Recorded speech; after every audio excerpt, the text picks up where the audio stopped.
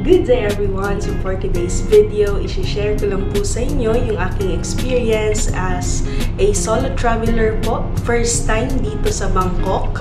Ano-ano yung mga requirements na kailangan yung i-prepare.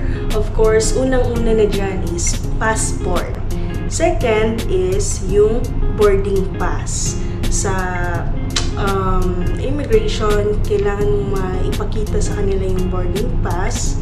And to do that, mas maigi na mag-check-in online po kayo kaysa pagdating ng airport or NAIA, pipila kayo, sobrang haba ng pila. So it would always be better pag naka-check-in online ka na, just like what yung ginawa ko.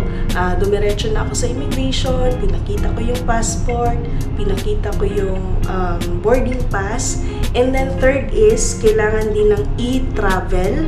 So, online din yan. Napakadali lang naman and meron namang instructions. Magagawa mo naman online. Ayan. And then fourth, we have yung tickets. Especially yung round-trip ticket. And then, for self-funded na travel, of course, yung proof of accommodation. So, make sure na meron kang hotel booking, kahit screenshot lang ipakita mo, or para safe, i-print mo talaga yung confirmation na email.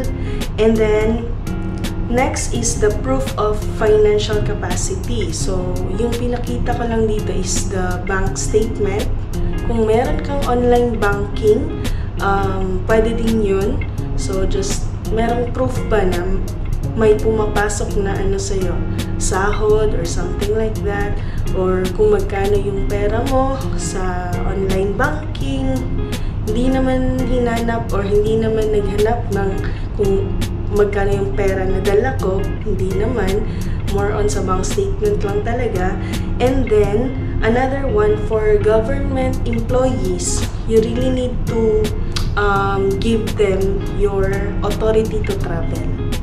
So, pagkatapos ng authority to travel, pag may napakita ka na ganyan, especially pag government employee, dire-diretso na yun. And then, some basic na mga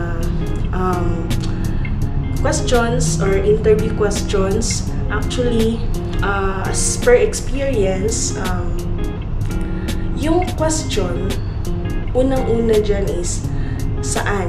Ano yung destination mo? So, syempre, isasagot mo, Bangkok, Thailand. So, follow-up question dyan is, how many days na mag-stay? So, sasagutin mo lang din. So, sa immigration, actually, as per experience, hindi naman siya ganun ka nakakakaba. It's because, yung mga questions naman is answerable lang naman. I mean, especially kung wala ka namang mga sikreto talaga or mga hidden agenda, yun.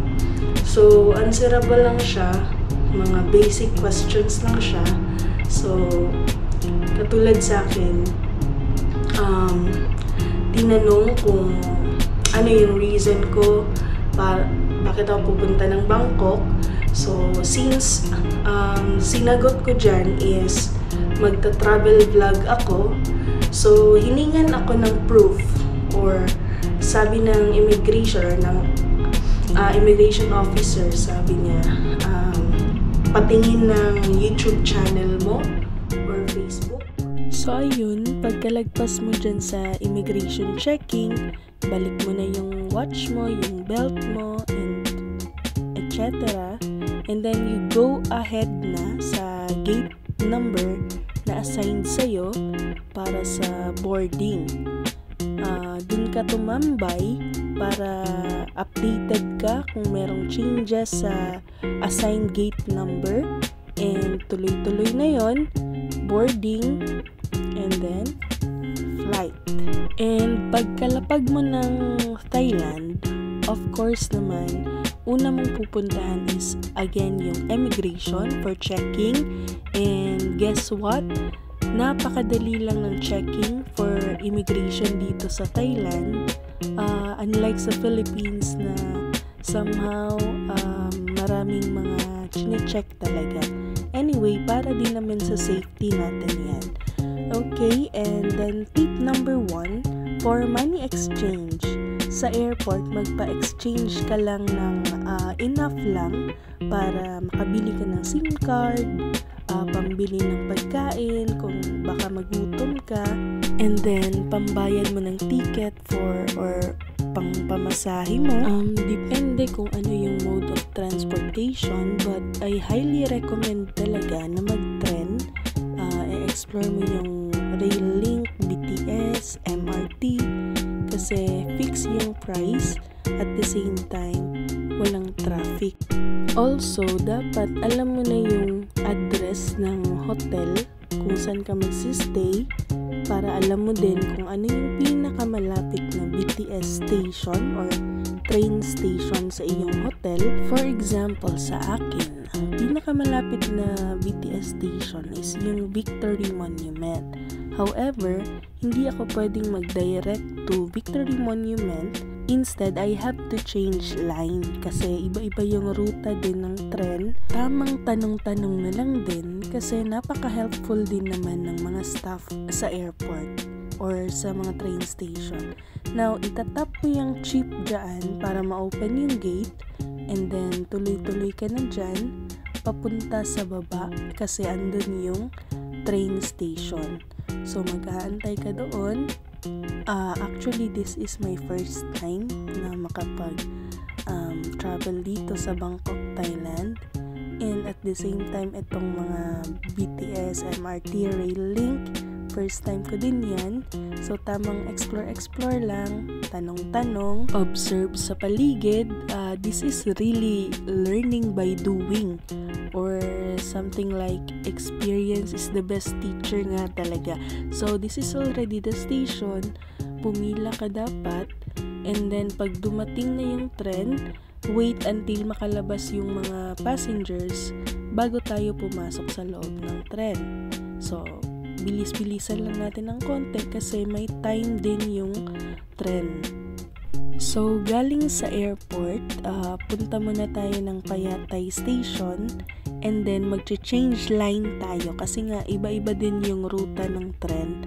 So, from Payatay Station, then we can go directly na sa Victory Monument kung saan yung ating hotel na magsistay tayo for 8 days to explore Bangkok.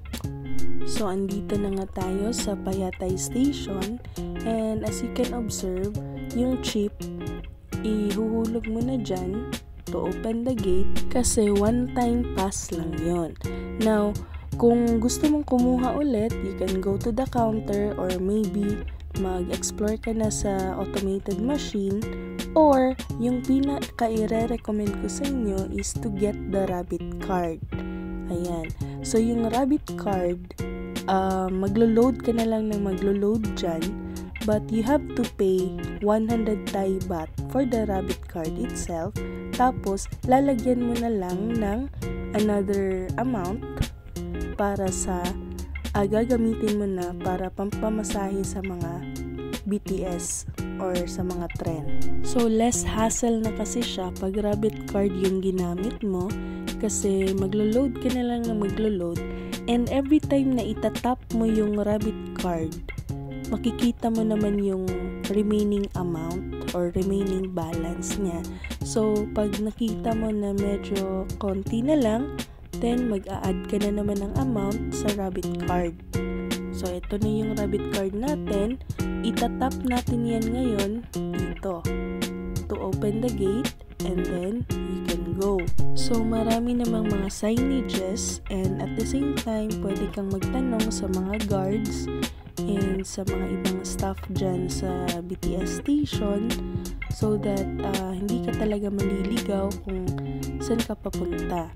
Kasi for example, yung tren na dapat mong sakyan is nasa taas pa, dun ka dapat mag-antay. Another thing is, meron din silang mga maps kung anong station ka na, and then, pag sakay mo ng tren, meron ding monitor makikita mo kung anong station na, kung bababa ka na ba o hindi.